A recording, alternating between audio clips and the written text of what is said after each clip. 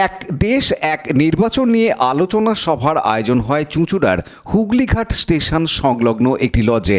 এদিন এই কার্যক্রমে যোগ দেওয়ার আগে মাতৃদিবস উপলক্ষে চুঁচুড়া পাংখাটুলি মোড় বিজেপির দলীয় কার্যালয়ের সামনে সকাল 11টায় ভারত মায়ের পূজার্চনায় অংশগ্রহণ করেন বিজেপি বিধায়িকা অগ্নিমিত্রা পাল।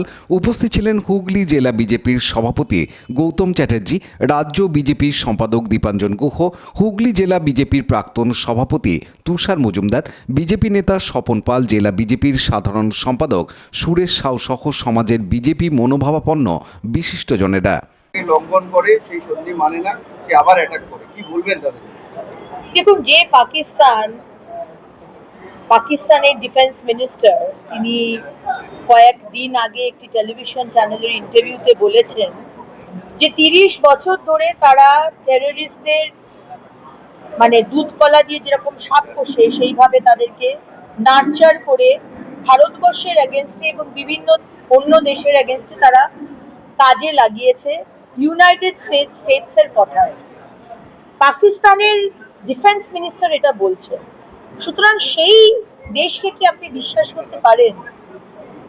আমাদের ভারতবর্ষ সবসময় আমরা বলি না যে আমরা কাউকে ছেড়বো না, মানে আমরা কাউকে বিরক্ত করবো না, কিন্তু কেউ যদি আমাকে ছেড়খানি করে আমি কিন্তু তাকে ছাড়বো না। সুতরাং আমাদের 26 জন ভারতবাসীকে 22শে এপ্রিল যেভাবে ধর্ম জিজ্ঞেস করে করে খুন করা হয়েছে তার বদলা তো হবেই। ভারতবর্ষের 140 কোটি মানুষ তারা চেয়েছে আসিম মুনির, পাকিস্তানের চিফ অফ আর্মি স্টাফ, তার কাটা মাথা, আমরা সেটা চেয়েছি।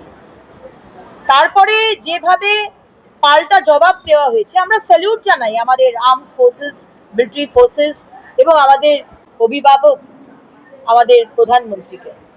তারপরে গতকাল যেটা দেখা হলো, আমরা শান্তি চাই, আমরা চাই না যে সাধারণ মানুষ, কারণ আমরা যুদ্ধ চাইনি, আমরা কিন্তু দেখে দেখে যেগুলো টেররিস্ট লোকেশন সেগুলোকে আমরা নিকেশ করেছি। কিন্তু পাকিস্তান কিন্তু সেই রুল মানেনি।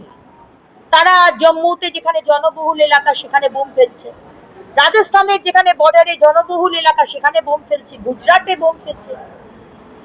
পাকিস্তানকে আপনি বিশ্বাস করতে পারবেন না, পাকিস্তান সাপের মতো। এবং ঠিক তাই হলো। আমরা কিন্তু সেই সিজফায়ারকে সম্মান জানিয়ে তারা ফোন করেছে, পাকিস্তানের মিলিটারি আমাদের দেশকে ফোন করেছে, ফোন করে তারা বলেছে যে আমরা সিজফায়ার চাই, তাই জন্য আমরা সিজফায়ার করেছি। কিন্তু সুতরাং পাকিস্তানের মতো দেশকে কিন্তু বিশ্বাস করা যাবে না। এবং ঠিক তাই গতকাল রাত থেকে আবার শুরু হয়েছে। আমরা কোনোদিনই চাইবো না সাধারণ মানুষের প্রাণ যাক, আমরা খুব ডিএসকেলেট করার চেষ্টা করছি। কিন্তু পাকিস্তানের অন্য মতলব, তাদের অন্যরকম ধারণা বা অন্যরকম তাদের স্ট্র্যাটেজি, তারা কিন্তু বিষয়টিকে এসকেলেট করার চেষ্টা করা হচ্ছে। দিদি, আজ 19 দিন অতিক্রান্ত ঋষরাজ যে পূর্ণাম কুমার সাউ, তাকে পাকিস্তান রেঞ্জাররা আটক করেছে। তার পরিবার উৎকণ্ঠার মধ্যে আছে যে তাদের সেই জওয়ান বাড়িতে ফিরবে কিনা। আজকে আমরা যুদ্ধবিরতিতে আশা ফিরেছিল, কিন্তু গতকাল রাতে দেখা গেছে পুনরায় আবার অ্যাটাক।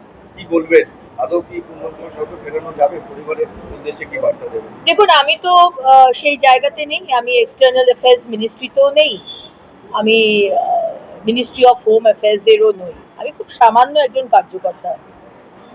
কিন্তু আমার একটা দৃঢ় বিশ্বাস আমার প্রধানমন্ত্রীর উপরে।